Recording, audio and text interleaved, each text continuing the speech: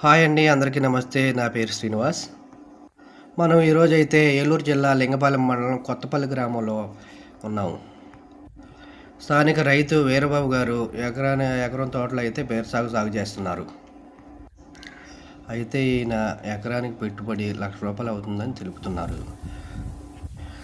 అయితే ఈయన తోటలో తాత్కాలికంగా ఎదురు కర్రలతో నిలువు పందిరి ఏర్పాటు చేశారు. అయితే ఈ పందిరికి సుమారు 800 కర్రలు పట్టాయంటున్నారు. ఈ కర్రలకు గాను ఖర్చు ₹20,000 అయిందని చెబుతున్నారు. 7 అడుగుల ఎత్తుగల ఎదురు బొంగులను ఎటు చూసిన 3 గజాల ఎడల్పుతో పందిరి ఏర్పాటు చేసుకున్నారు. మల్చింగ్ పేపర్ 2 చుట్టలు అంటే ఒక్కొక్కటి ₹2,500 చొప్పున ₹5,000 అయిందని చెబుతున్నారు.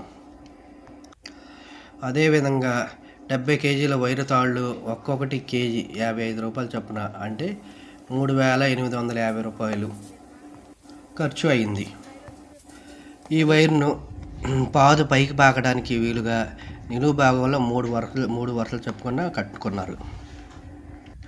పందిరికి తీగ అల్లుకోవడానికి పై భాగంలో అడ్డంగా 5 వరుసలు, నిలువుగా 5 వరుసలు అల్లుకున్నారు. ఇంకా పంట విషయానికి వస్తే ఈస్ట్ వెస్ట్ కంపెనీ వారి నేవీ రకాన్ని ఈయన సాగు చేస్తున్నారు. ఎకరానికి 50 గ్రాముల ప్యాకెట్లు అంటే ₹800 చొప్పున 10 ప్యాకెట్లు విత్తనాలు జూన్ నెలలో మొక్కకి అడుగున్నర దూరంలో పెట్టుకున్నారు.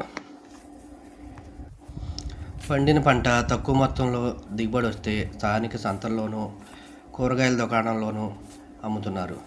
పంట పెరిగినప్పుడు దగ్గరలో ఉన్న ద్వారకా, తిరుమల, ఏలూరు మార్కెట్లకు తరలిస్తున్నామని చెప్పారు.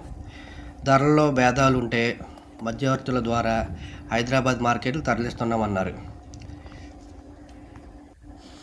కాయలు పొడవుగా రావడానికి బోరాన్, కాల్షియం వంటివి భూమిలో అందించాలని వీరు తెలిపారు.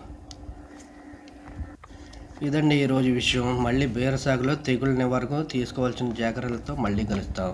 ధన్యవాదములు.